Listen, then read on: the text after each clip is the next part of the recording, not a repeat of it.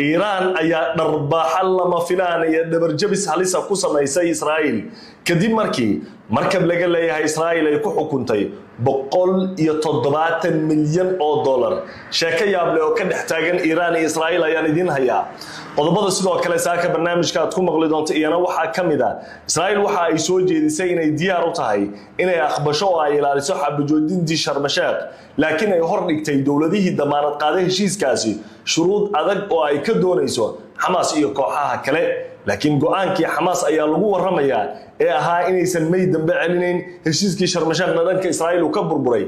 maamulka Netanyahu saameyn lama filaan ayuu ku yeeshay ayaa la leeyahay xiisad yaable ayaa ka taagan gudaha Israa'iil macluumaad arinta ku saabsan ayaa barnaamijka ku maqli doontaa qodobada sidoo kale saakaano barnaamijka idinku helayana waxa kamid ah